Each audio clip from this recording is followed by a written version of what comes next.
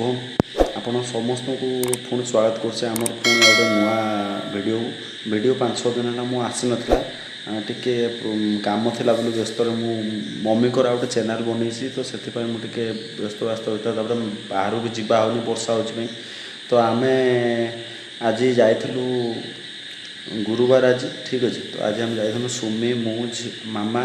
जाइलु कौटी बाबा साई मंदिर ठीक अच्छे तो आमर ये भद्रक नणाग पाखे साई मंदिर अच्छी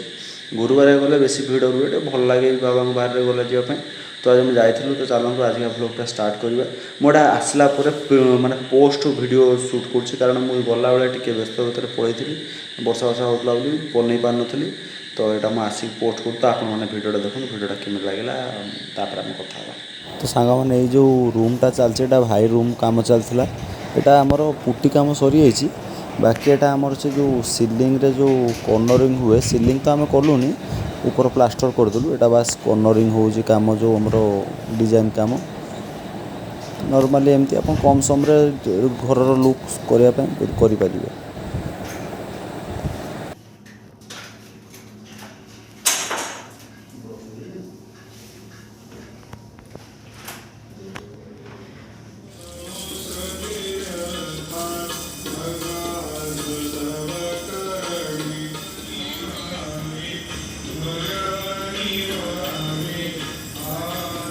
मामा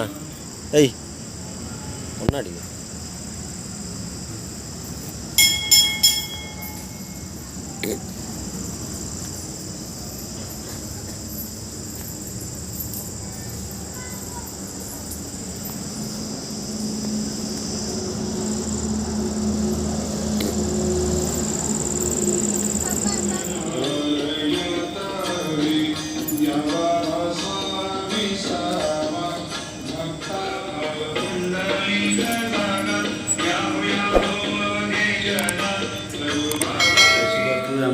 मामार एत मन लगी मामा एठू आसिक छाड़ी आसवा मन कर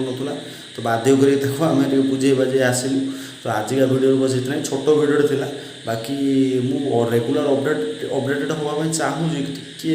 माने प्रोब्लेम तो हो कि बाकी मुझे 100% चेष्टा करेगुलर भिडियो आने तो आजिका भिडियो एति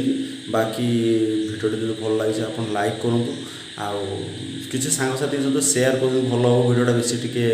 माने स्प्रेड हम बाकी जब किसी डाउट रहा कि प्रश्न रहा कमेंट करूँ आदि आम चैनल नुआ अच्छा सब्सक्राइब करूँ ठीक अच्छे तो आज भिडियो बस इतना ही माने सॉरी मुझे टे कह दूँ बस ये मिलिया नेक्स्ट वीडियो तब तो भाई बाय बाय।